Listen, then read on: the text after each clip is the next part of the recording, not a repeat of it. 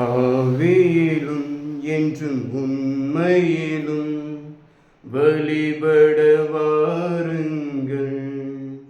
இந்த அவனியில் இறைவன் அரசினை காணும் ஆனந்தம் பாருங்கள். ஆவியிலும் என்றும் உண்மையிலும் வழிபட வாருங்கள். இந்த அவனியில் இறைவன் அரசினை காணும் ஆனந்தம் பாருங்கள். உலகின் மாந்தர்களே, உங்கள் இதயத்தை திறந்திடுங்கள். உலகின் மாந்தர்களே, உங்கள் இதயத்தை திறந்திடுங்கள். இறைவார்த்தையின் பொருள் காணுங்கள். ஈகம் வாழ்ந்திடும் முறை கேளுங்கள். இறைவார்த்தையின் பொருள் காணுங்கள். ஈகம் வாழ்ந்திடும் முறை கேளுங்கள். ஆவியிலும் என்றும் உண்மையிலும் வழிபட வாருங்கள். இந்த அவனியில் இறைவன் அரசினை காணும் ஆனந்தம் பாருங்கள். இயேசுவின் பெயருக்கு விண்ணவர் மன்னவர் கீழுலகோர் அனைவரும் மண்டியிடுவர்.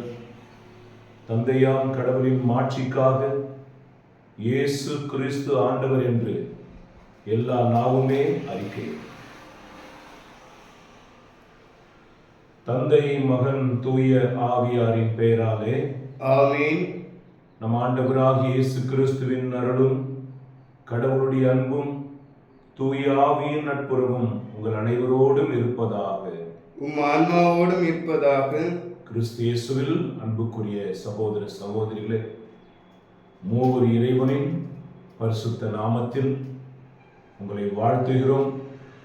இயேசுவின் இதயத்திலிருந்து இன்றைக்கு உங்கள் வாழ்க்கைக்கு தேவையான சகல ஆசீர்வாதங்களும் நன்மைகளும் உங்களை வந்து சேரும்படி நாங்கள் மன்றாடுகிறோம். அன்புக்குரியவர்களே, இன்றைக்கு திருச்சபையானது லயோலா நகர் புனித இன்னாசியாருடைய திருவிழாவை இன்றைக்கு கொண்டாடுகிறது.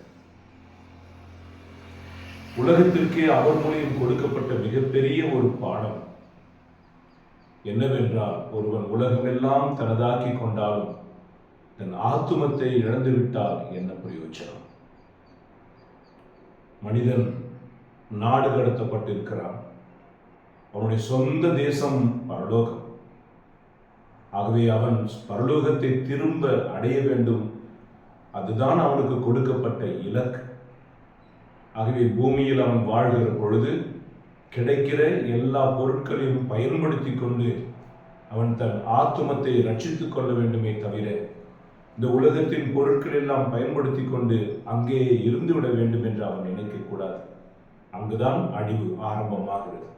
ஆகவே புனித லயோலா இன்னாசியாரினுடைய பார்வையில் நாம் அனைவரும் பரலோகத்தை நோக்கி பயணம் செய்கிற ஒரு திரு பயணிகளாக இருக்கிறோம். ஆகவே இந்த பயணத்தில் கடவுள் நமக்கு துணையாக இருக்க வேண்டும் என்றும் ஆவியானவருடைய துணை நமக்கு இருக்க வேண்டும் என்றும் இடையில் நாம் செய்கிற குற்றங்களோ குறைகளோ, நாம் அடிமைகளாய் நம்மை விற்றுவிட்ட பழக்கங்களோ நம்முடைய திருப்பயணத்தை இடையூறு செய்யாதபடி தேவனுடைய அனுகிரகம், அவருடைய மன்னிப்பு நம் அனைவருக்கும் கிடைக்க வேண்டும் என்று இந்த திருப்பலியில் நம்மை தாழ்த்தி ஒப்பு கொடுப்போம், மன்னிப்பு கேட்போம். நம் ஆத்துமா கழுவப்படும்படி இயேசுவின் சிலுவையின் முன் நம்மை தாழ்த்துவோம். எல்லாம் வல்ல இறைவனிடமும் சகோதர சகோதரிகளிடம் நான் பாவி என்று ஏற்றுக்கொள்கிறேன். ஏனெனில் சிந்தையாலும் சொல்லாலும் செயலாலும் கடமைகள் தவறியதாலும் பாவங்கள் பல செய்தேன். என் பாவமே, என் பாவமே, என் பெரும் பாவமே. ஆகையால் எப்பொழுதும் கன்னியான தூய மரியாதையும் வானதூதர் புனிதர் அனைவரையும் சகோதர சகோதரிகளையும் நம் தேவனாகிய ஆண்டவரிடம் எனக்காக வேண்டிக் கொள்ள மன்றாடுகிறேன். எல்லாம் வல்ல இறைவன் நம் மீது இரக்கம் வைத்து நம் பாவங்களை எல்லாம் மன்னித்து நம்மை முடிவில்லாத வாழ்வுக்கு அழைத்துச் செல்வாராக. ஆமென். ஆண்டவரே இரக்கமாயிரும். ஆண்டவரே இரக்கமாயிரும். கிறிஸ்துவே இரக்கமாயிரும். கிறிஸ்துவே இரக்கமாயிரும். ஆண்டவரே இரக்கமாயிரும். ஆண்டவரே இரக்கமாயிரும். மன்றாடுவோமாக. இறைவா, உமது பெயரில் அதிமிக மாட்சியை பரப்ப உமது திரு அவையில் புனித இன்னாசியாரை தேர்ந்தெடுத்தேன். அதனால் அவருடைய உதவியாலும் எடுத்துக்காட்டாலும் மண்ணுலகில் தீமை எதிர்த்து போராடவும் விண்ணுலகில் அவரோடு வெற்றி வாகை சூடவும் எங்களுக்கு அருள்வீராக. உம்மோடும் தூய ஆவியின் ஒன்றிப்பில் இறைவனா என்றென்றும் வாழ்ந்து ஆட்சி செய்கின்ற அவர் வழியாகவே உம்மை மன்றாடுகிறோம். ஆமென்.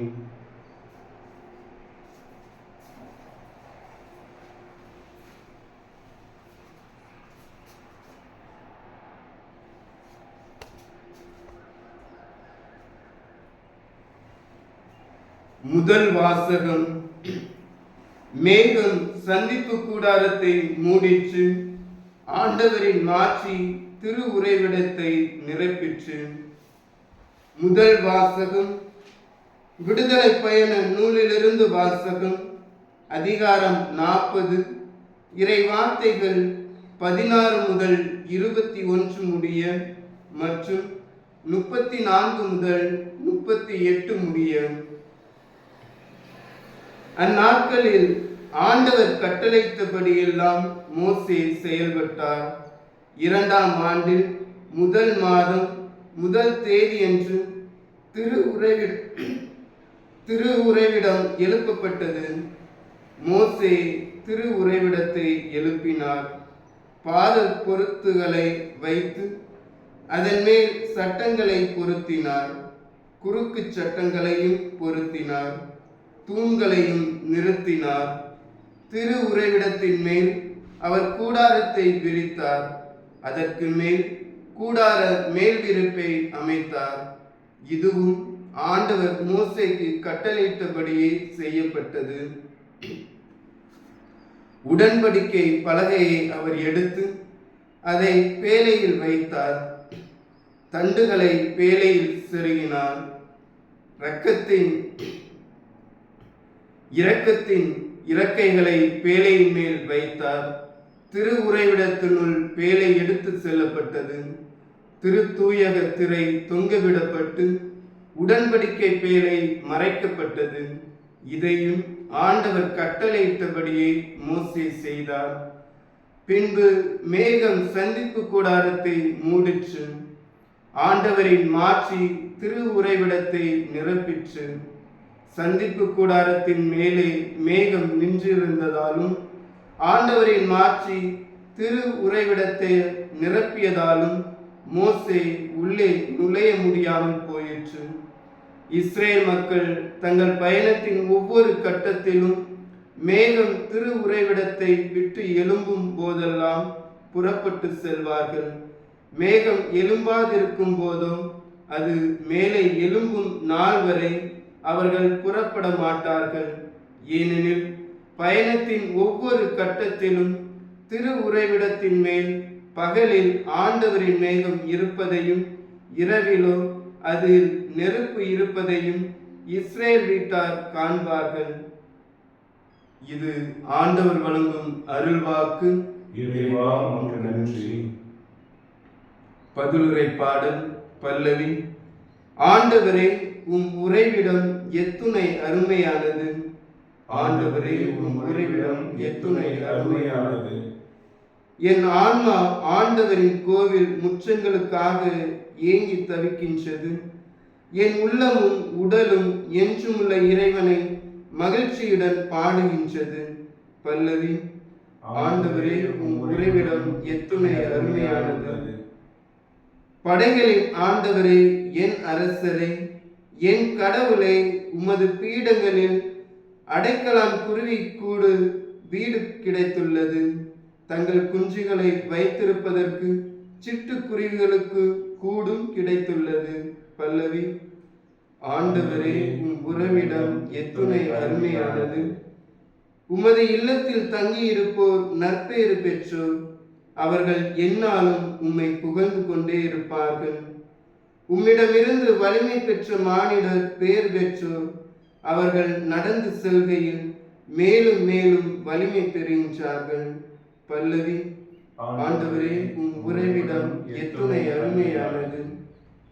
வேற்றிடங்களில் வாழும் 1000 நாட்களிலும் உம் கோவில் முற்றங்களில் தங்கும் ஒரு நாளே மேலானது. பொல்லாரின் கூடாரங்களில் குடியிருப்பதினும் என் கடவுளது இல்லத்தில் வாயில் காவலனாயிருப்பதே இனிமையானது. பல்லவி. ஆண்டவரே, உமது உறைவிடம் எத்தனை அருமையானது.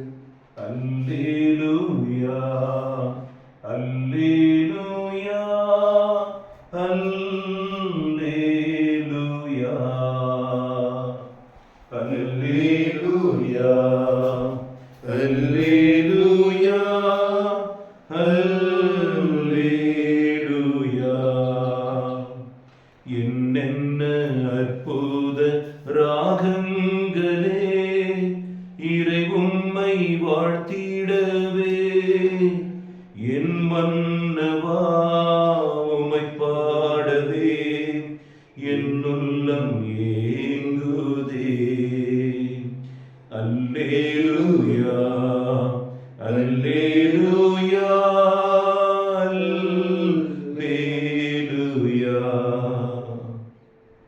ஆண்டவர் உங்களோடு இருப்பாராக, உம் ஆன்மாவோடும் இருப்பாராக. இந்த மத்தேயு எழுதிய பரிசுத்த நற்செய்தியிலிருந்து வாசகம். ஆண்டவரே, மாட்சி உமக்கே. புனித மத்தேயு எழுதிய நற்செய்தி அதிகாரம் 13, இறை வசனங்கள் 47 முதல் 53 முடிய. அக்காலத்தில் இயேசு மக்களை நோக்கி கூறியது: விண்ணரசு கடலில் வீசப்பட்டு எல்லா வகையான மீன்களையும் வாரி கொண்டு வரும் வலைக்கு ஒப்பார். வலை நிறைந்ததும் அதை இழுத்து கொண்டு போய் கரையில் உட்கார்ந்து நல்லவற்றை கூடைகளில் சேர்த்து வைப்பர், கெட்டவற்றை வெளியே எறிவர். இவ்வாறே உலக முடிவிலும் நிகழும். வானதூதர் சென்று நேர்மையாளர்களிடையே இருந்து தீயோரை பிரிப்பர், பின் அவர்களை தீச்சுளையில் தள்ளுவர். அங்கே அழுகையும் அங்கலாய்ப்பும் இருக்கும். இவற்றையெல்லாம் புரிந்து கொண்டீர்களா என்று இயேசு கேட்க அவர்கள் ஆம் என்றார். பின்பு அவர், ஆகையால் விண்ணரசு பற்றி கற்றுக்கொண்ட எல்லா மறைநூல் அறிஞரும் தம் கருவூலத்திலிருந்து புதியவற்றையும் பழையவற்றையும் வெளிக்கொணரும் வீட்டு உரிமையாளரை போல் இருக்கின்றனர் என்று அவர்களிடம் கூறினார். இவ்வோமைகளை இயேசு சொல்லி முடித்த பின்பு அவ்விடத்தை விட்டு சென்றார்.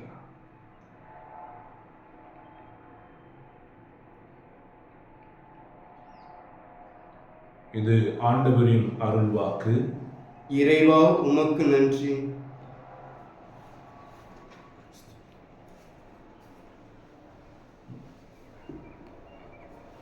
கிறிஸ்து இயேசுவில் அன்புமிக்க சகோதர சகோதரிகளே, இயேசுவின் திரு இதயத்திலிருந்து கிருபையும் அன்பும் உங்களை நிரப்புவதாக.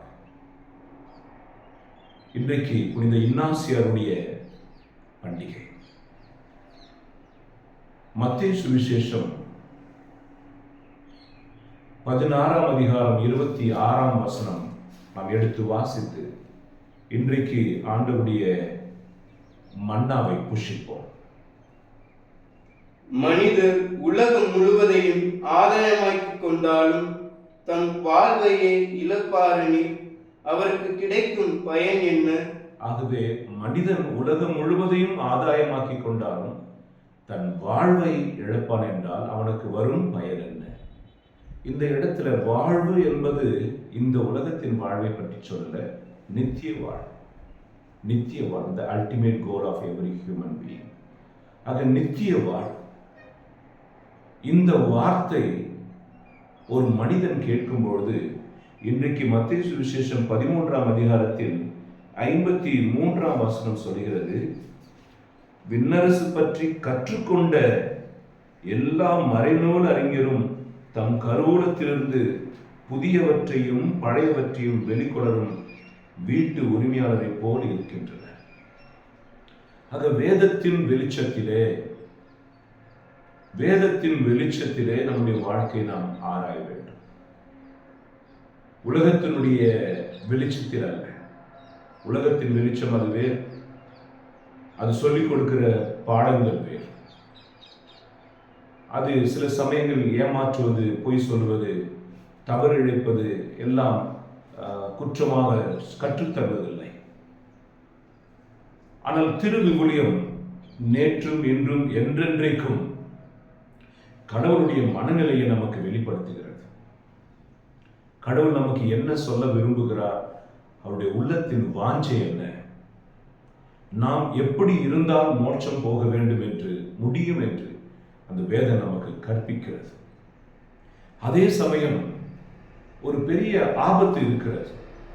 என்ன ஆபத்து என்றால், பைபிளை நாம் அதிகமாய் படிக்க படிக்க படிக்க அதனுடைய சட்டங்கள், பைபிள் சொல்லுகிற நெறிமுறைகள் அதெல்லாம் நமக்கு தெரிய வரும். அப்போ என்ன ஆகும், ஐயோ இது தப்பா, அது தப்பா, இப்படி ஆயிடுமோ, தப்பாயிடுமோ, அது தப்பாயிடுமோ என்று நமக்குள் ஏராளமான சந்தேகங்களும் அந்த சந்தேகத்திலிருந்து புறப்படுகிற ஒரு பயமும் வந்துவிடும். ஆகவே இன்றைக்கு கலாத்தியர் 3ஆம் அதிகாரம் 7ஆம் வசனத்தை நாம் வாசிப்போம். கலாத்தியர் 3ஆம் அதிகாரம் 7ஆம் வசனம் சொல்கிறது, rely on faith rather than the law. சட்டங்களை ஆதாரப்படி, சட்டங்களை சார்ந்த வாழ்க்கை வாழ்வதை விட நம்பிக்கைக்குரிய வாழ்க்கை நம்பிக்கைக்குரிய வாழ்க்கை. ஒரு வீட்டில் அப்பா போலீஸ்காரர் அல்லது மிலிட்டரிக்காரர்.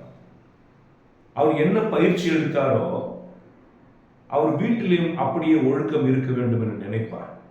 அப்போ காலையில் எத்தனை மணிக்கு எழ வேண்டும், சாப்பிடணும், எப்படி ஒழுக்கமாக இருக்கணும், துணி எப்படி மடிச்சு வைக்கணும், இது எல்லாம் சொல்லித் தருவார். இரவு எத்தனை மணிக்கு படுக்கணும், சத்தமாக சிரிக்கக்கூடாது, வெளியில் இருக்க ஃப்ரெண்ட்ஸை வீட்டுக்குள்ளே கொண்டுட்டு வந்துடக்கூடாது, எல்லா ஃபங்க்ஷன்ஸ்க்கும் வெளியில் போகக்கூடாது. அவர் ஒழுக்கத்தை கொண்டு வர நினைக்கிறார். நல்லது, அது மிக மிக உதவியாக இருக்கும். அதே சமயம் அந்த தொடர்ச்சியான அந்த சட்டத்தினுடைய பரு பிள்ளைகளை அழுத்துகிற பொழுது தகப்பன் இல்லாத நேரத்தில் அவர்கள் தவறுகளை செய்ய ஆரம்பிப்பார். தகப்பனுடைய வண்டி சப்தம் அல்லது தகப்பன் வருகிற அந்த அடையாளம் தெரிந்தவுடனே அவர்கள் ஒரு வேஷத்தை தரித்து கொண்டும், தகப்பன் இல்லாத நேரத்தில் அவர்கள் வேறு ஒரு காரியத்தை செய்து கொண்டும் இருப்பது மிகுந்த வேதனை. ஆகவே தான் கலாத்தியர் 3ஆம் அதிகாரத்தில் 7 நீங்கள் 14 வசனங்களை மெதுவாக நீங்கள் படித்து பார்க்கும் பொழுது, சட்டத்தை சார்ந்து இருப்பதை காட்டிலும் விசுவாசத்தை, நம்பிக்கையை சார்ந்து. அந்த நம்பிக்கை என்ன?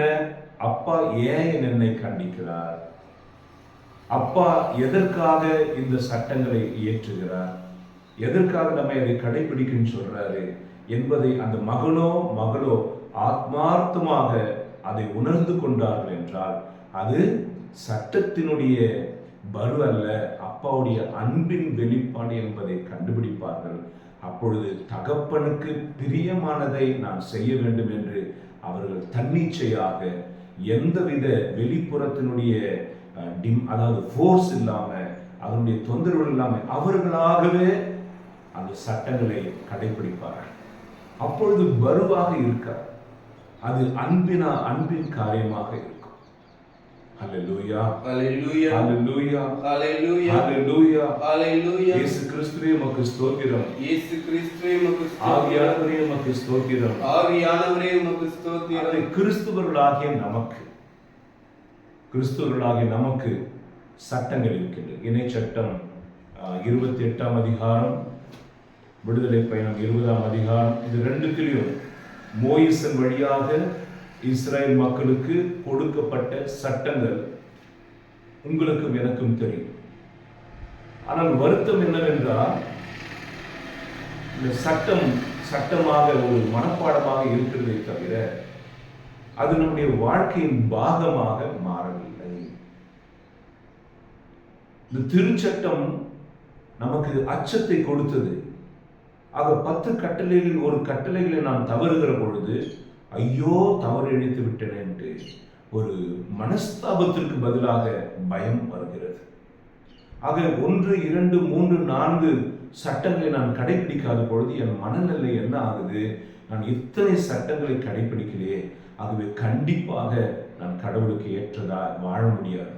பிற்பாடு 5, 6, 7, 8 சட்டங்கள் நான் கடைபிடிக்காத பொழுது நான் என்னையே எப்படி முத்திரை கொடுத்துகிறேன்? நான் பாவி, நான் அருகதையற்றவன், கடவுளை சந்திக்க முடியாது, பரலோகத்திற்கு என்று நான் குறிக்கப்படவில்லை, நான் சபிக்கப்பட்டவன் என்று அவன் தன்னைத்தானே முத்திரையிட்டு கொண்டு தனக்குத்தானே சொல்லிக்கொண்டு 9, 10, 1-10 கட்டளைகளில் மீறுகிற ஒரு சூழ்நிலைக்கு அவன் தள்ளப்படுகிறான். அல்லேலூயா, அல்லேலூயா. அதே சமயம் ஆதியாகமம் 12ஆம் அதிகாரம் 1-3 என்ன சொல்லுது?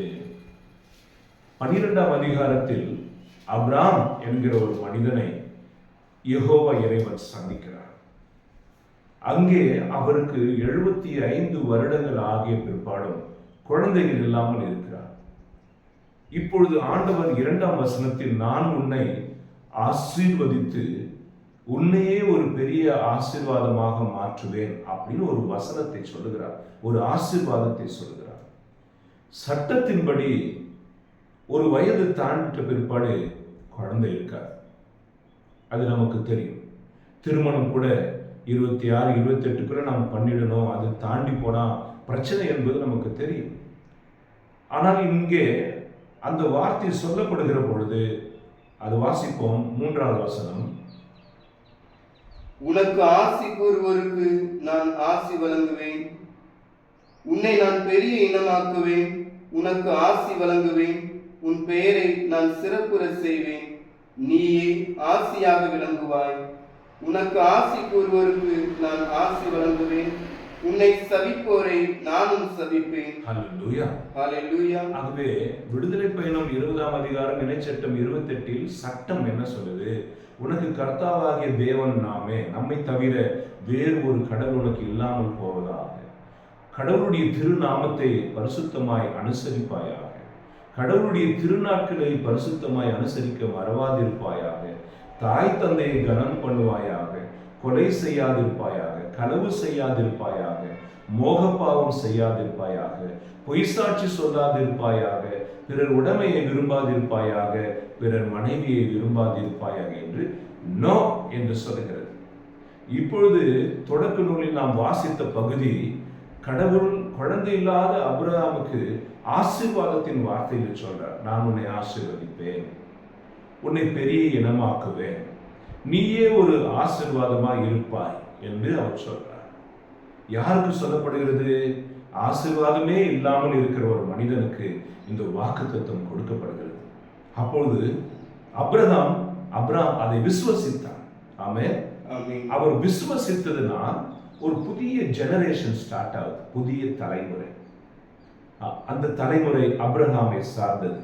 ஆகவே யாரெல்லாம் விசுவாசத்தை சார்ந்து வாழ்கிறார்களோ அவர்கள் அப்ரஹாமுடைய ஆசீர்வாதத்தில் பங்கு பெறுகிறார். அவர் என்ன சொன்னாரு? உன் தலைமுறையெல்லாம் ஆசீர்வதிப்பேன், உன் சந்ததியை ஆசீர்வதிப்பேன். இது விசுவாசத்தினுடைய வெளிப்பாடு. அப்ப அப்ரஹாமை போல தன்னை சுற்றிலும் காரியங்கள் தவறாக இருந்தாலும், நடக்காமல் இருந்தாலும், இருளாக இருந்தாலும், கஷ்டமாக இருந்தாலும், ஒருவேளை பாவத்திலே அவன் இருந்தாலும், கனி கொடுக்காத மரமாக அவன் இருந்தாலும், குறிச்சு வச்சுக்கீங்க, கனி கொடுக்காத மரமாக இருந்தாலும், யூஸ்லெஸ் ஒரு மனிதனாக இருந்தாலும் சரி, நம்பிக்கைக்குள் வருகிற பொழுது அவன் அப்ரஹாமினுடைய ஆசீர்வாதத்தில் பங்கெடுக்கிறான். ஹல்லேலூயா, ஹல்லேலூயா. இதை ஏன் ஃபாதர் இப்போ சொல்றீங்க அப்படின்னா, நாம் இப்பொழுது இயேசு கிறிஸ்துனுடைய ஆசீர்வாதங்களில் பங்கு பெறுகிறோம். இயேசு கிறிஸ்து, நான் இந்த சொல்ற வார்த்தை மட்டும் உங்கள் வாழ்க்கையில் மறக்கக்கூடாது, நாம் நம்முடைய நம்பிக்கையினால் மீட்கப்படவில்லை, இயேசுவினுடைய நம்பிக்கையினால் நாம் மீட்கப்பட்டிருக்கிறோம். இந்த இயேசுனுடைய நம்பிக்கை என்பது என்ன? அவர் நம்முடைய பாவங்களுக்கு கழுவாயாக மரிக்கிறார், ஆண்டவர் மறுபடியும் என்னை உயிர்த்தெழ செய்வார், மனுக்குலத்தின் பாவத்தை நான் பரிகரிக்கிறேன், மறுபடியும் நான் உயிர்த்தெழுவேன், இதையெல்லாம் மனதில் வைத்து கொண்டு தான், இதையெல்லாம் நம்பிக்கையோடு விசுவசித்து தான் இயேசு கிறிஸ்து முன் செல்கிறார். அவர் மரணிக்கிறார், உயிர் தெழுகிறார், பரலோகத்தில் நுழைகிறார், தந்தையினுடைய வலது பக்கத்தில் வீற்றிருக்கிறார். ஆகவே இது முழுக்க முழுக்க இயேசு கிறிஸ்துனுடைய நம்பிக்கை. அவரை விசுவசிக்கும் பொழுது நாம் அவருடைய நம்பிக்கையில், அதாவது அவருடைய ஆசீர்வாதத்தில் நாம் பங்கு பெறுகிறோம். இது ஒரு தியாலஜி டேர்ம். இது நீங்கள் புரிந்து கொள்ள முடிகிற. நம்ம விசுவசிக்கிறதுனால ஒன்றும் இல்லை. ஆனால் நாம் இயேசு அவர் நம்பினாரே, என் தகப்பன் என்னை கைவிட மாட்டார். இந்த பாடுகளிற்காக நான் சுமக்கிற இந்த சுமைக்கு பதிலாக அவர் ஆத்துமங்களை தருவார், என்னை மீண்டும் எழுப்புவார் என்று தந்தையே உன் கையில் என் ஆவியை ஒப்படைக்கிறேன் என்று சொன்னாரே, அந்த நம்பிக்கை அதுதான் அவரை இரட்சகராகவும் மீட்பராகவும் உயர்த்தியது.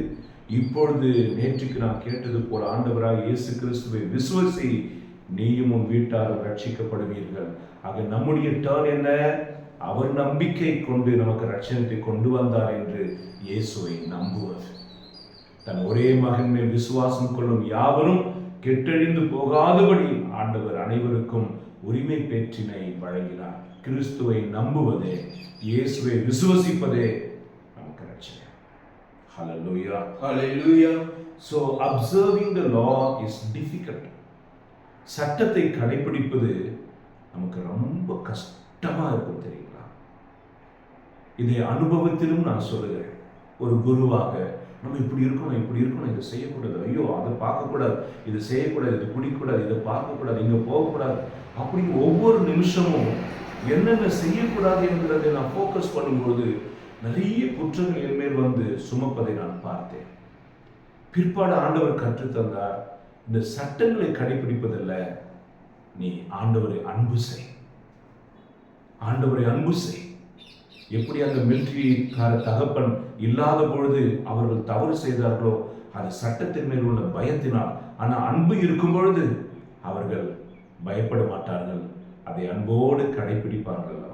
ஆகவே கடவுள் என்னை எதுக்கு அழைச்சிருக்கிறாரு? ஒரு ஆமீன் சொல்லுங்களேன். ஹல்லேலூயா, ஹல்லேலூயா. எனக்கு ஏன் இந்த சட்டத்தை கொடுத்திருக்கிறாரு? என்னை அழிப்பதற்காகவா? என்னை கொடுமைப்படுத்துறதுக்காகவா? என் சுதந்திரத்தை பறிப்பதற்காகவா? என்கிட்ட பொய் சொல்லிட்டார் ஆண்டவர். ஆதாம் மேல் அப்படிதான் விழுந்தார். ஆகவே தாயும் தகப்பனும் பிள்ளைகளை கண்டிக்கிற பொழுது அவங்க ஏன் அப்படி சொல்றாங்க? உலகத்தை பற்றி அவர்களுக்கு தெரியும். பிள்ளைகளை கண்டிப்போடு நடத்தும் பொழுது அந்த உலகத்தினுடைய மாயையிலிருந்து, தாக்குதலிலிருந்து அவர்கள் காப்பாற்றப்படுவார்கள். அது மட்டுமல்ல, எப்போதும் பிள்ளைங்க நம்ம மடியிலே அவங்க வளர்ந்துட்டாங்க, உலகத்தோடு போகும்போது அந்த இடத்துல நம்ம இருக்க மாட்டோம். ஆனால் சட்டங்களை அவர்கள் கடைபிடிப்பார்கள் என்றால் அந்த சட்டம் அவர்களை ஞாபகப்படுத்தி வழி நடத்தும். ஹல்லேலூயா, ஹல்லேலூயா. இதுதான் ஆண்டவருடைய குணமும் கூட. நம்முடைய இருதயங்களில் அவர் சட்டங்களை எழுதியிருக்கிறார். இதை யாரும் மறுக்க முடியாது, எந்த மதத்தினரும் கூட மறுக்க முடியாது. கொலை குற்றம், பொய் சொல்வது குற்றம், விபச்சாரம் குற்றம், மாற்றான் உடனே மனைவியை விரும்புவது குற்றம், தாய் தந்தையை வேதனைப்படுத்துவது குற்றம்.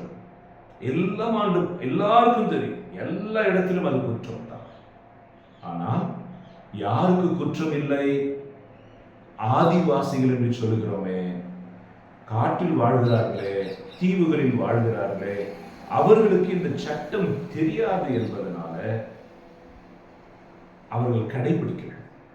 ஆகவே சட்டத்தை கடைபிடிப்பது மிகவும் கடினம்.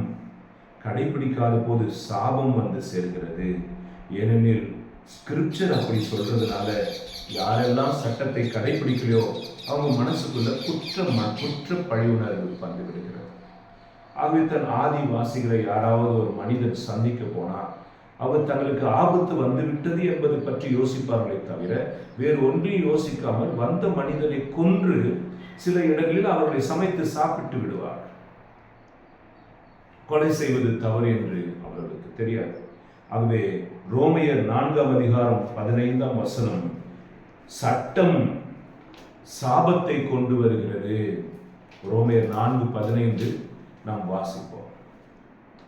திருச்சட்டம் இறைவனின் சினத்தை வருவிக்கிறது. திருச்சட்டம் அதை கடைபிடிக்காதவருக்கு கடவுளுடைய கோபத்தை கொண்டு வருகிறது. கவனிக்கிறீர்கள் அல்லவா? திருச்சட்டத்தை யாரெல்லாம் கடைபிடிக்கவில்லையோ அவர்களுக்கு மேல் கடவுளுடைய கோபம் வருகிறது. இந்த உலகத்தில் இப்பொழுது கூட ஒரு பெரிய ராணி வாழ்கிறார்கள்.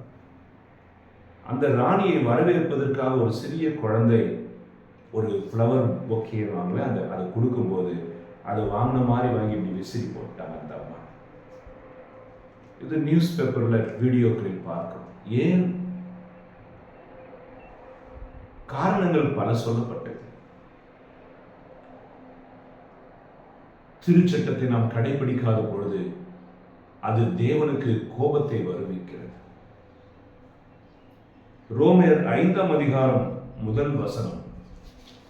அப்ப நான் திருச்சட்டத்தை முழுவதுமாக கடைபிடித்து கடவுளுக்கு பிரியமானாய் வாழ்வது சாத்தியம் இல்லை, மிக கடினம். ஆனால் ரோமர் 5:1 மாற்று வழியை சொல்லுகிறது. வாசிப்போம். ஆகையால் நாம் கொண்டுள்ள நம்பிக்கையின் மூலம் கடவுளுக்கு ஏற்புடையவர்களாகியுள்ள நாம் நம் ஆண்டவராகிய இயேசு கிறிஸ்துவின் வழியாய் கடவுளோடு நல்லுறவு கொண்டுள்ளோம். நாம் சட்டங்களை கடைபிடிக்காத போது கடவுளுடைய கோபம் அப்படி வந்தது. இப்பொழுது இயேசு கிறிஸ்து யெகோவா இறைவனுக்கும் நமக்கும் இடையிலே அவர் நின்று நாம் செய்த பாவங்களுக்கு எல்லாவற்றுக்கும் அவர் பரிகாரம் செய்து கடவுளுடைய கோபத்தை தன்மேல் சுமந்து கொண்டு, இயேசு சாகடிக்கப்பட்டது, அடிக்கப்பட்டது எல்லாம் கடவுளுடைய கோபத்தின் வெளிப்பாடு. சட்டம் கடைபிடிக்கப்படாத பொழுது அது சாபமாய் மாறுகிறது அல்லவா? அந்த சாபத்தை அவர் தன்னிலே பரிகரித்தார். கடவுளுக்கு எதிரான பாவத்திற்கு பரிகாரம் செய்தார். கடவுளால் கடவுளுக்கு எதிராக செய்யப்பட்ட பாவம் பரிகரிக்கப்பட்டது. ஆகவே கடவுளுடைய கோபம் கடவுளாலேயே தகிக்கப்பட்டிருக்கிறது. கடவுளுடைய இரக்கம் இப்பொழுது கடவுளுடைய இயேசுவாகிய கடவுளின் வழியாக நமக்கு கிடைக்கிறது.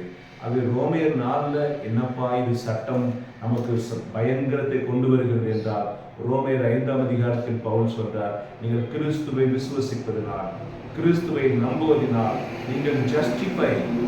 அப்படின்னா என்ன அர்த்தம்? உங்களுடைய குற்றங்கள் மன்னிக்கப்படும், கிராண்டட், உங்களுக்கு மன்னிப்பு வழங்கப்படுகிறது. கோபம், கடவுளுடைய கோபம் உங்களை தீண்டுவதில்லை, ஏனெனில் இயேசு நடுவராக இருக்கிறார். ஹல்லேலூயா, ஹல்லேலூயா. ஆகவே யாரெல்லாம் இன்றிலிருந்து கடவுளுக்கு பிரியமாக அவருக்கு கோபம் வருவிக்காம நல்லா இருக்குன்னு நினைக்கிறீங்களோ, you just believe Jesus Christ. இயேசு கிறிஸ்துவை ஃபாலோ பண்ணுங்க, இயேசு கிறிஸ்துவை அன்பு செய்யுங்க. ரோமர் 3:22 யாரெல்லாம் இயேசுவை விசுவசிக்கிறார்களோ அவர்கள் கிருபையின் கீழ் வருகிறார். இயேசு கிறிஸ்துவின் மீது கொள்ளும் நம்பிக்கையின் வழியாக கடவுள் மனிதரை தமக்கு ஏற்புடையவராக்குகிறார். நம்பிக்கை கொள்ளும் அனைவருமே அவர் ஏற்புடையவராக்குகிறார். அவர் வேறுபாடு காட்டுவதே இல்லை. ஹல்லேலூயா, ஹல்லேலூயா. ஆகவே தண்டனையிலிருந்து தப்புவதற்கும் வரவிருக்கிற நியாய தீர்ப்பில் நாம் தப்பித்துக் கொள்வதற்கும் ஒரே ஒரு வழி இயேசு கிறிஸ்து. இந்த செய்தியை கேட்டுக்கொண்டிருக்கிறவர்களே, நீங்க சொல்லலாம், நாங்கள் இயேசு கிறிஸ்துவை நம்பி பல வருடங்கள் ஆகிறது, அப்பொழுது நாங்கள் ரட்சிக்கப்பட்டு விடுவோம் அல்லவா? இப்பொழுதுதான் வேதம் சொல்லுகிறது, விசுவசிக்கிறேன், நம்புகிறேன் என்பது அவர் சொல்லுகிறபடி நடப்பது. அவர் பெருசா ஒண்ணு கட்டளை கொடுக்கல. கட்டளைகளை சுருக்கி, கடவுளை அன்பு செய், உன் அயலானை உன்னை போல் அன்பு செய். அது அன்பு பிரதானமாய் வருகிற பொழுது, அன்பு கடவுளுக்கு பிரியமாய் நடக்க நமக்கு கூடுமான தேவையான எல்லா வல்லமையும் கொடுக்கும்.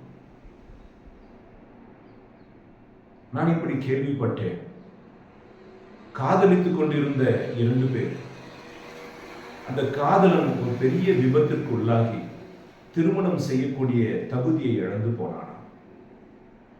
அவன் தன்னையே தற்கொலை செய்து கொள்ளலாம் என்று நினைத்த நாளில் அந்த அவனை அன்பு செய்த காதலி சொன்னாலும், நான் உன் மனதை நேசித்தேன். ஆகவே இருவரும் திருமணம் செய்து கொண்டார்கள். மிகுந்த சந்தோஷத்தோடு வாழ்கிறார்கள். When we focus on something, our life becomes very troublesome. When we focus on God, troubles also will change into blessing.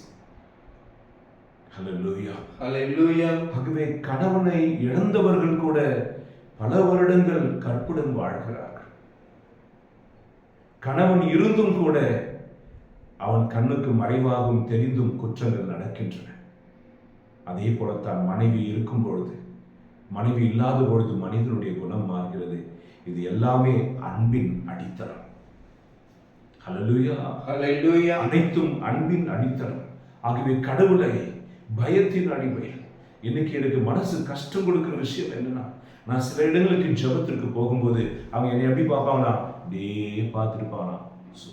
என்ன அப்படின்னா, என் வாயிலிருந்து ஏதாவது அவர்களுக்கு ஒத்துக்கொள்கிற மாதிரி வார்த்தை வருகிறதா என்று பார்ப்பார். நான் கேட்பேன், என்ன எப்படி பார்க்குறீங்க? இல்லை, அந்த பிரதர் வந்தாங்க, எங்கள் வீட்டில் யாரோ சூனியம் வச்சிருக்குன்னு சொன்னாங்க, இந்த ஒரு மரணமாக நடக்கும்னு சொன்னாங்க, நீ இந்த தொழிலை விட்டுறணும்னு சொன்னாங்க, நீங்கள் எதுவுமே சொல்லலை, செபிக்கிறீங்க, அவ்வளோதான்.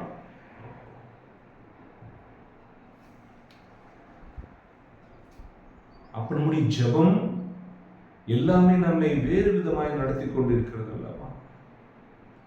ஆகவே அன்புக்குரியவர்களே, நீங்கள் கடவுளை ஆழமாய் அன்பு செய்யுங்கள். வேதம் சொல்லுகிறது, அவரை அன்பு செஞ்சீங்கன்னா உங்களுக்கு நடக்கிற தீமையெல்லாம் அவர் நன்மையா மாத்திருப்பார்.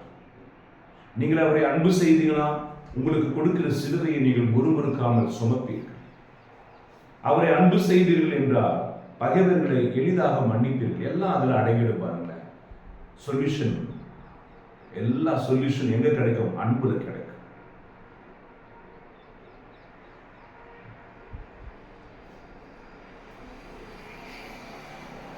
ஒரு பிராமின் வம்சத்தை சார்ந்த மகள் சாதாரண ஒரு குலத்தை சேர்ந்த ஒருவனை திருமணம் செய்து கொள்கிறார். ஆகவே அவனுக்காக இவள் மாமிசத்தை சமைக்கிறார், மூக்கம் மூடிட்டு. அவன் என்ன நினைக்கிறான்?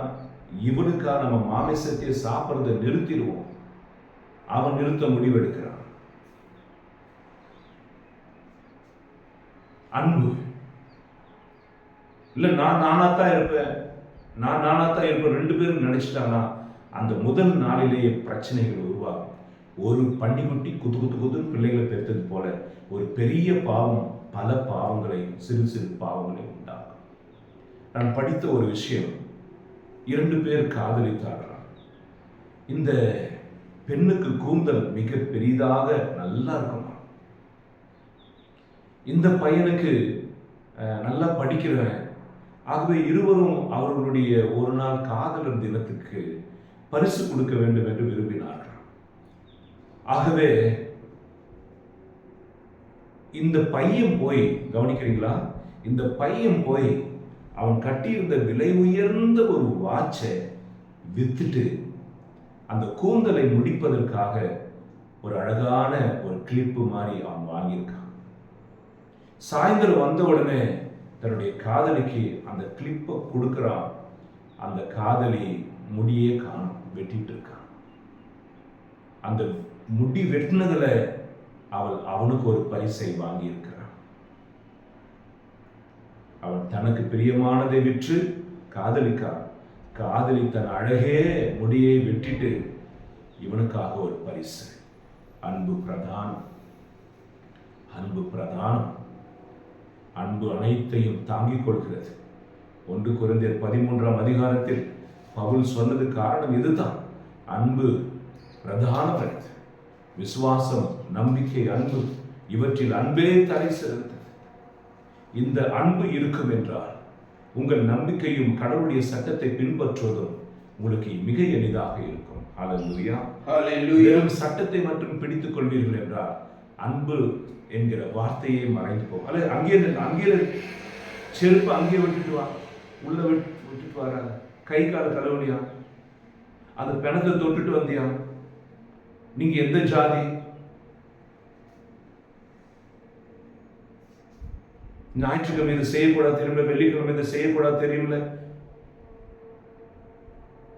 ஐயா பசிய, ஐயோ இன்னைக்கு எதுவுமே வீட்டுல இருந்து கொடுக்க கூடாது ஜாதகம் பிரகாரம்.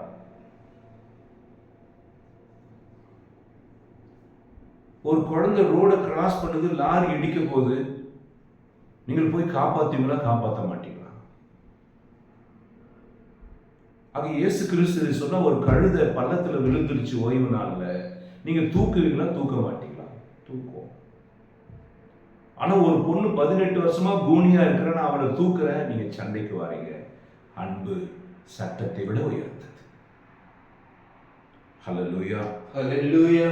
ரோமர் 3ஆம் அதிகாரம் 22ஆம் வசனம்.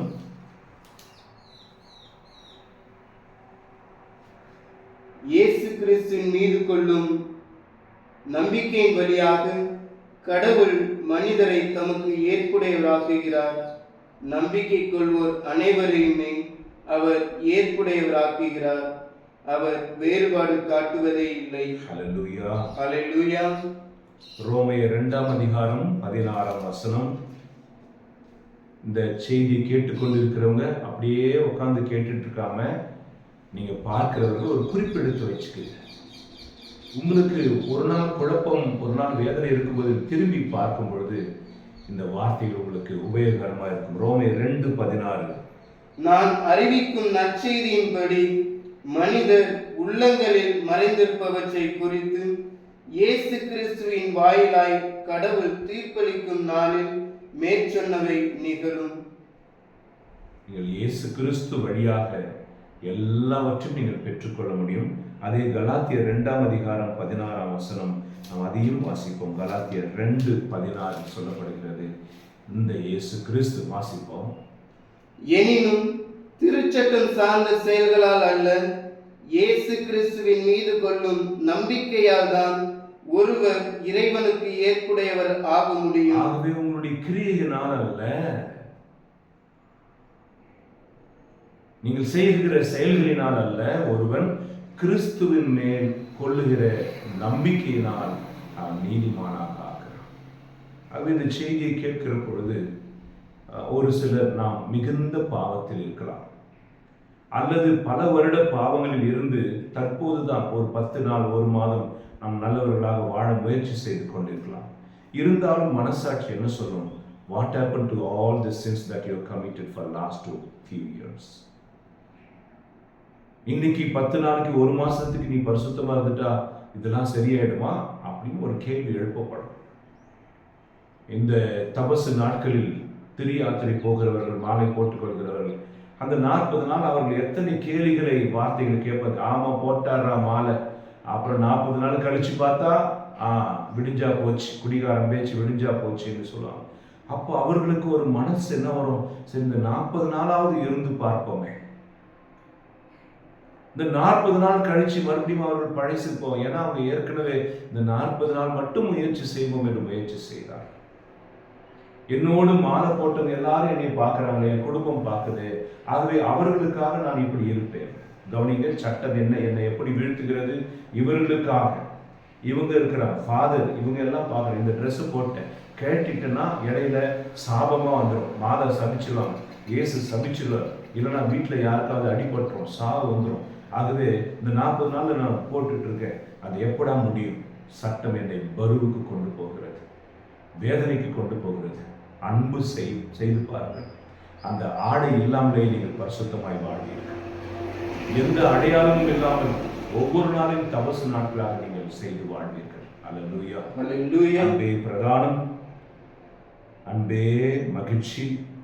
ஆகவே பிசாசானவனை கடவுள் ஈஸியா டீல் பண்ண முடியும். இங்க பாருங்களேன், போ அப்படின்னு சொல்ல வாயை மூடிட்டு போ. அதை பிசாசை பற்றி அதிகமாக நீங்கள் பயப்படுவதை விட்டுவிட்டு பிசாசை அப்படி சொல்லி விரட்டுகிற இயேசுவின் மேல் நம்பிக்கை வையுங்க. அந்த நம்பிக்கை உங்களுக்கு விடுதலை கொடுக்கும். இன்னைக்கு லயோலா இக்னாசியார் திரும்ப திரும்ப அவர் காதலை கேட்டது, நான் பாவி, நான் பாவி, நான் பாவி, நான் பாவி, நான் எப்படி பரிசுத்தமாக முடியும்? புனித அகுஸ்தினரும் அப்படித்தான். ஐயோ ஐயோ ஐயோ. கடைசியில் தேவனுடைய வார்த்தை சொல்கிறது, அவருடைய இரக்கம், அன்பு அனைத்தையும் தாங்கிக் கொள்கிறது, மன்னிக்கிறது. ஆகவே என் ஆத்துமா செத்துடக்கூடாது. என் ஆத்துமாவை நான் பரலோகத்திற்கு கொண்டு சேர்க்க வேண்டும். என் ஆத்துமத்திற்காக நான் வாழ வேண்டும். இதுவரைக்கும் நான் பயந்த பாவம் பயத்தை கொண்டு வருகிறது. பயம் பாவமும் மரணத்தை கொண்டு வருகிறது. ஆகவே என் ஆத்துமத்தை நான் காப்பாற்ற வேண்டும் என்று லயோலா இன்னாசியார் அவர் கடவுளுக்காக தன் வாழ்க்கையை அர்ப்பணித்து வாழ ஆரம்பித்தார். புனிதமுள்ள வாழ்க்கை. இன்றைக்கு உலகம் முழுவதும் அவருடைய பெயரினால் எத்தனை நிறுவனங்கள், எத்தனை கல்லூரிகள், எத்தனை குருக்கள், எத்தனை பிரதர்ஸ், எத்தனை கன்னியாஸ்திரிகள் அவருடைய படிப்பணியை பின்பற்றி அவருடைய வழிகளில் நடந்து உலகத்திற்கு ஆசீர்வாதமாக இருக்கிறார். ஒரு பெரிய ஐஏஎஸ் கலெக்டராக மாறினவர் தான் படித்த கவர்மெண்ட் ஸ்கூல் போய் போனாராம். போன உடனே அந்த மண்ணை எடுத்து நெற்றில இட்டுக் கொண்டார். இது என்னை உருவாக்கிய கோவில். ஆகவே நாம் யாரையெல்லாம் உருவாக்குகிறோமோ அவர்களுக்கு நாம் தெய்வங்களாக மாறுகிறோம். ஒருவர் ரோட்ல மயங்கி விழுந்துட்டார். அவர் கொண்டு போய் ஹாஸ்பிட்டலில் சேர்க்கிறார். அவர் கண் விழிச்சவனை கேட்கிற முதல் விஷயம், என்னை யார் காப்பாற்றியது? அவனை கூப்பிட்டு கையெடுத்து கும்பிடுவார், நன்றி. ஏன்னா டாக்டர் சொல்லி இன்னும் 2 நிமிஷம் நீங்கள் தாமதமாக இருந்தால் உங்கள் இருதயம் நின்று போயிருக்கும். அவர் கடவுளாக இருக்க கடவுள் அழைக்கிறார். அவரை போல இருக்க அழைக்கிறார். அது நம்மால் முடியும். நேற்றுக்கு நாம் கேட்டது போல கடவுளுடைய ஆவியால் அது முடியும். புனித இன்னாசியாராய் கடவுளுடைய ஆவி அவரை மாற்றியது, கடவுளுடைய வார்த்தை அதை மாற்றியது. ஆகவே பைபிளை படியுங்க, விசுவாசத்துக்குள் கடந்து வாங்க, கிறிஸ்து உங்களுக்காக செய்ததை பற்றி அதிகமாய் சிந்தியுங்கள், அவரை நேசியுங்கள். நீங்களும் நானும் அன்பினாலே கடவுளை பின்பற்றுவோம், நம்பிக்கையினாலே கடவுளை பின்பற்றுவோம். அப்பொழுது ஜெபிப்பது கடமையாக இருக்காது. ஐயோ 3 மணிக்குன்னா இந்த டிவைன் மர்சி சொல்லணுமே, ஐயோ என்று பயம் இருக்காது. 3 மணிக்கு எங்கள் அப்பாவோடு நான் இணையணுமே, அதிகாலையில் எழுந்திருக்கணுமே, ஜபக்கோட சொல்லியிருக்காங்களே 3:30 மணிக்கு 4 மணிக்கெல்லாம் எழுந்திரிச்சு அதிகாலை ஜெபிக்கணும், அப்போதான் இறை ஊழியர்கள். அது இல்லை, இந்த 3:30 மணிக்கு அதிகாலையில் என்னை தேடுகிறவன் தன்னை கண்டடிவான்னு சொன்னார்கள். அப்பாவை நான் காலையில் வாஞ்சியோடு தேடும். அந்த வாஞ்சி இரவு முழுவதும் அவரோடு நான் உறவாட வேண்டுமே, அந்த அன்பு ஜபத்தை நமக்கு பருவாக காட்டாது. ஹல்லேலூயா, ஹல்லேலூயா. ஆகவே இன்றைக்கு புனித இன்னாசியருடைய பரிந்துரை மூலமாக மிகப்பெரிய ஒரு ஆசீர்வாதம். அது என்னவென்றால் faith prevails the law. சட்டம் நம்மை பாவத்திற்கு கொண்டு செல்கிற பொழுது அன்பு நம்மை பரிசுத்தத்திற்கு கொண்டு செல்கிறது. இயேசுவை அன்பு செய்வோம், புனிதர்களாய் மாறுவோம். கர்த்தர் நம்மை ஆசீர்வதிப்பாராக.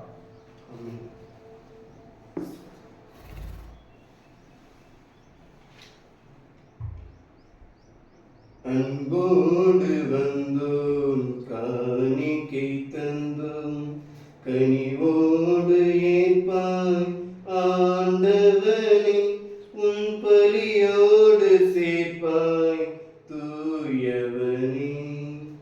அன்போடு வந்தோம், காணிக்கை தந்தோம், கனிவோடு ஏற்பாய் ஆண்டவனே, உன் பலியோடு சேர்ப்பாய் தூயவனே.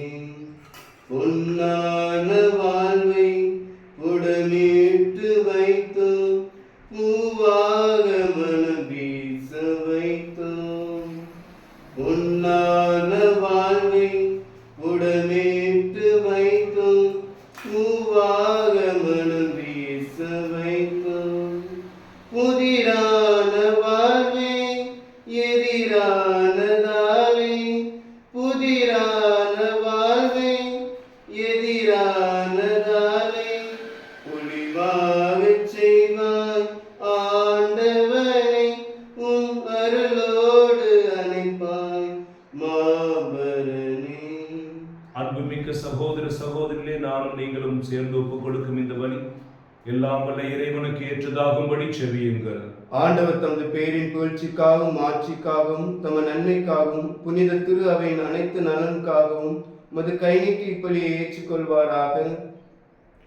ஆண்டவரே இறைவா, புனித இன்னாசியாரின் விழாவில் நாங்கள் அளிக்கும் காணிக்கைகள் உமக்கு உகந்தனவாயிருப்பனவா.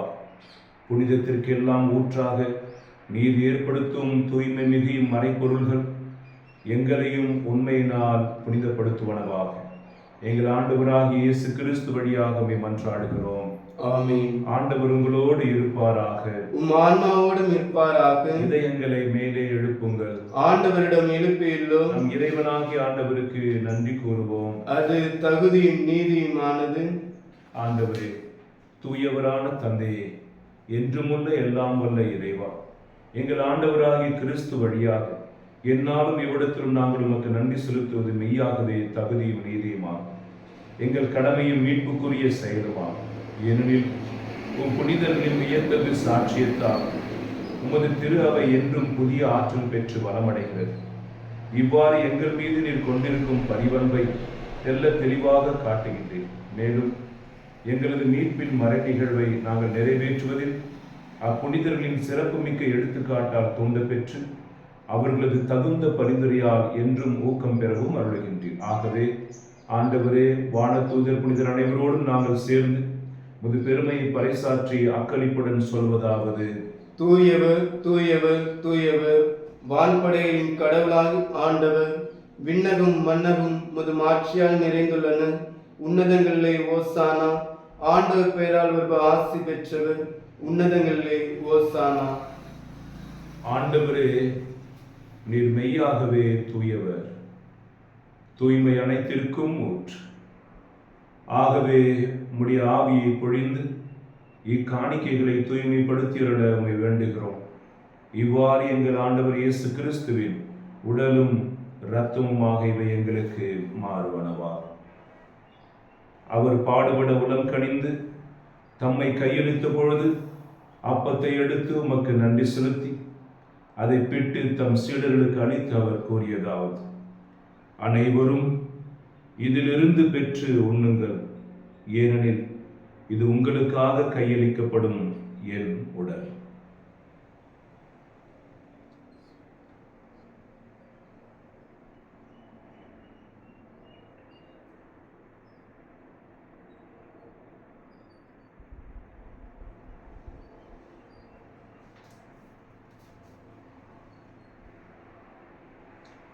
அவ்வண்ணமே இரவு விருந்தை அருந்திய பின் கிண்ணத்தையும் எடுத்து மீண்டும் உமக்கு நன்றி கூறி தம் சீடர்களுக்கு அளித்து அவர் கூறியதாவது: அனைவரும் இதிலிருந்து பெற்று பருகுங்கள், ஏனெனில் இது புதிய நிலையான உடன்படிக்கைக்குரிய என் இரத்தத்தின் கிண்ணம். இது பாவ மன்னிப்புக்கென்று உங்களுக்காகவும் பலருக்காகவும் சிந்தப்படும். இதை என் நினைவாக செய்யுங்கள்.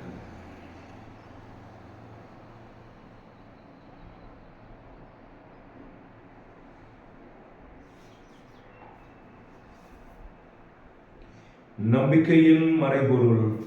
ஆண்டவரே, நீர் வருமளவும் உமது இறப்பினை அறிக்கையிடுகின்றோம், உமது உயிர்ப்பினையும் எடுத்துரைக்கின்றோம். ஆகவே ஆண்டவரே, நாங்கள் கிறிஸ்துவின் இறப்பினையும் உயிர்ப்பினையும் நினைவு கூர்ந்து வாழ்வு தரும் அப்பத்தையும் மீட்பளிக்கும் கிண்ணத்தையும் உமக்கு ஒப்புக் கொடுக்கின்றோம். உம் திருமுன் நின்று ஊழியம் புரிய தகுந்தவர்களை நீங்கள் ஏற்றுக்கொண்டு எனவே உமக்கு நன்றி செலுத்துகிறோம். மேலும் கிறிஸ்துவின் உடலிலும் இரத்தத்திலும் பங்கு கொள்ளும் எங்களை தூய ஆவியார் ஒன்று சேர்க்க வேண்டும் என உம்மை தாழ்மையோடு மன்றாடுகிறோம். ஆண்டவரே, உலகெங்கும் பரவியிருக்கும் திரு அவை நினைவு கூர்ந்தருளும்.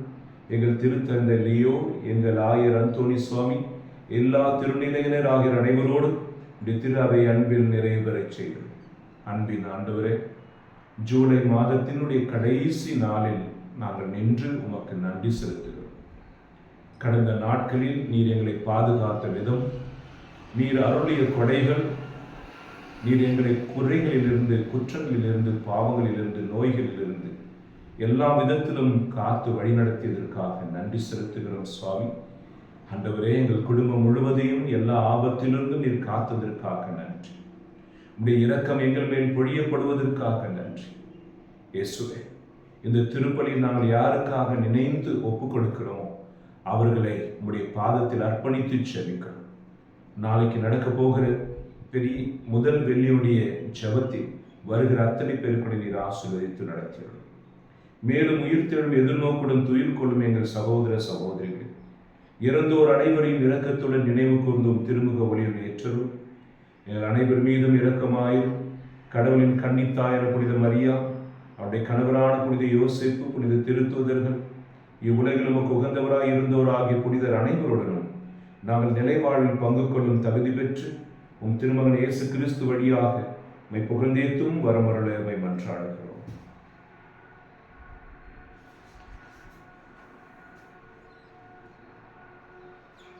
இவர் வழியாக இவரோடு இவரில் எல்லாம் வல்ல இறைவனாகிய தந்தை தூய ஆவியாரின் ஒன்றிப்பில் எல்லா புகழும் மாட்சியும் என்றென்று உமக்கு உரியதே. ஆமென்.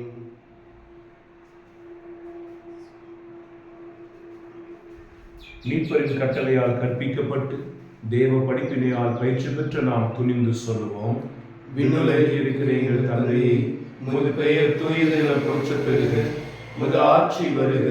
உம்முடைய திருவுளம் விண்ணுலகில் நிறைவேறுவது போல மண்ணுலகிலும் நிறைவேறுக. எங்கள் அன்றாட உணவை இன்று எங்களுக்கு தாரும். எங்களுக்கு எதிராக குற்றம் செய்வோரை நாங்கள் மன்னிப்பது போல எங்கள் குற்றங்களை மன்னியும். எங்களை சோதனைக்கு உட்படுத்தாதேயும், தீமையிலிருந்து எங்களை விடுவித்தருளும். ஆண்டவரே, தீமை அனைத்திலிருந்தும் எங்களை விடுவித்து எங்கள் வாழ்நாளில் அமைதியை கனிவுடன் அருளுமை மன்றாடுகிறோம். உமது இரக்கத்தின் உதவியால் நாங்கள் பாவத்திலிருந்து எப்பொழுது விடுதலை பெற்று யாதொரு கலக்கமும் இன்றி நலமாய் இருப்போமா. நாங்கள் எதிர்நோக்கி இருக்கும் பேரின்பத்திற்காகவும் என் மீட்பராக இயேசு கிறிஸ்துவின் வருகைக்காகவும் காத்திருக்கின்றோம். ஏனெனில் ஆட்சியும் வல்லமையும் மாட்சியும் என்றென்றும் உமதே. ஆண்டவரே இயேசு கிறிஸ்துவே, அமைதி உங்களுக்கு விட்டு செல்கிறேன், என் அமைதி உங்களுக்கு அளிக்கின்றேன் திருத்தூதலுக்கும் அழிந்தேன். எங்கள் பாவங்களை பாராமல் திரு அவைய நம்பிக்கையை கண்ணோக்கி உமது திருவுளத்திற்கு ஏற்ப அதற்கு அமைதியும் ஒற்றுமையும் அளித்தருள்கிறார். என்றென்றும் வாழ்ந்து ஆட்சி செய்கின்றவர் நீரே. ஆமென். ஆண்டவருடைய அமைதி உங்களோடு என்றும் இருப்பதாக, உம் ஆன்மாவோடும் இருப்பதாக. ஒருவருக்கொருவர் கிறிஸ்துவின் அமைதியை பகிர்ந்து கொள்வோம். சமாதானம் சமாதானம் சமாதானம். திருப்பில் பங்கெடுக்கிறீர்களா? சமாதானம். உலகின் பாவங்களை போக்கும் இறைவனின் செம்மறியே, எங்கள் மேல் இரக்கமாயிரும்.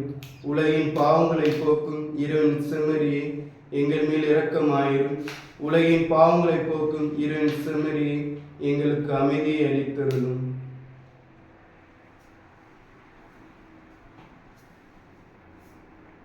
இதோ இறைவனின் செம்மறி, சட்டத்தால் முடியாததை அன்பினாலே சாதித்தது. நம்மால் சட்டத்தை கடைபிடித்து பரகதியை அடைய முடியாது என்பதற்காக சட்டத்தை நுணுக்கமாய் தன்னிலேயே கடைபிடித்து நம் சார்பிலே வெற்றி சிறந்த தெய்வம். இந்த தெய்வத்தின் திருவிருந்துக்கு அழைக்க பெற்றுள்ள நாம் அனைவரும் பேறு பெற்றோர். ஆண்டவரே, நீரின் உள்ளத்தில் எழுந்துள்ள நாம் தகுதியற்றவன், ஆனால் ஒரு வார்த்தை மட்டும் சொல்லியலும் எனது ஆன்மா நலமடையும். நாம் உட்கொள்ள போகும் இயேசுவின் திருவுடலும் திருநத்தும் நம்மை காத்து நம்மை முடிவில்லாத வாழ்வுக்கு அழைத்துச் செல்வதாக. ஆமென்.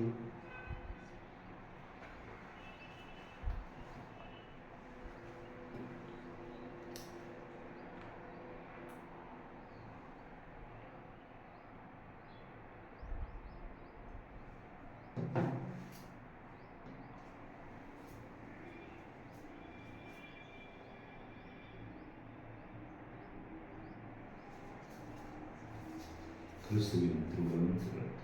ஆமென்.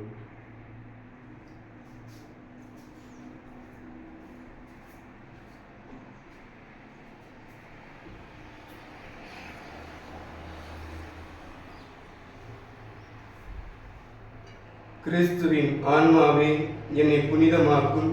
கிறிஸ்துவின் திருவுடலை என்னை மீட்டருளும். கிறிஸ்துவின் திரு ரத்தமே எனக்கு எழுச்சியூட்டும். கிறிஸ்துவின் விழாவின் தண்ணீரை என்னை கழுவிவிடும்.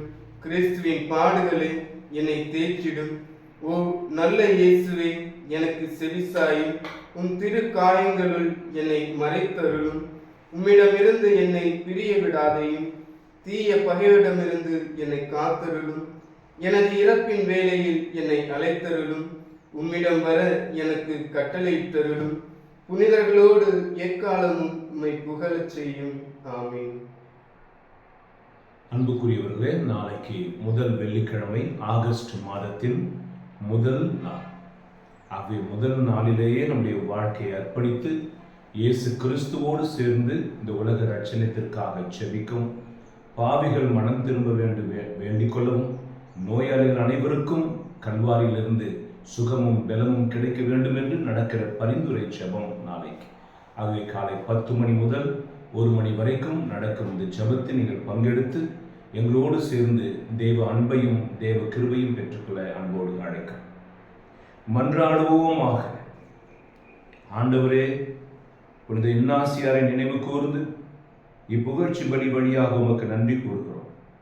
உமது மாட்சியை நாங்கள் முடிவில்லாமல் புகழ இப்பலி எங்களை அழைத்துச் செல்வதா எங்கள் ஆண்டவராக இயேசு கிறிஸ்து வழியாகவே மன்றாடுகிறோம். ஆமென். ஆண்டவர் உங்களோடு இருப்பாராக, உம் ஆன்மாவோடும் இருப்பாராக. எல்லாம் வல்ல இறைவன் தந்தை, மகன், தூய ஆவியார் உங்களை ஆசீர்வதிப்பாராக. ஆமென். சென்று வாருங்கள், திருப்பலி நிறைவேறிற்று. இறைவா உமக்கு நன்றி. நன்றி என்ற வார்த்தைக்கு பொருள் என்னவோ இறைவா, பொங்கும் முந்தன் கருணைக்கு அளவில்லையோ தலைவா. நன்றி என்ற வார்த்தைக்கு பொருள் என்னவோ இறைவா, பொங்கும் முந்தன் கருணைக்கு அளவில்லையோ தலைவா. நன்றி பாடும் நாள் வந்ததே, இனி நன்றி மட்டும் எந்த நெஞ்சிலே. நன்றி பாடும் நாள் வந்ததே, இனி நன்றி மட்டும் எந்த நெஞ்சிலே. நன்றி என்ற வார்த்தைக்கு பொருள் என்னவோ இறைவா, பொங்கும் முந்தன் கருணைக்கு அளவில்லையோ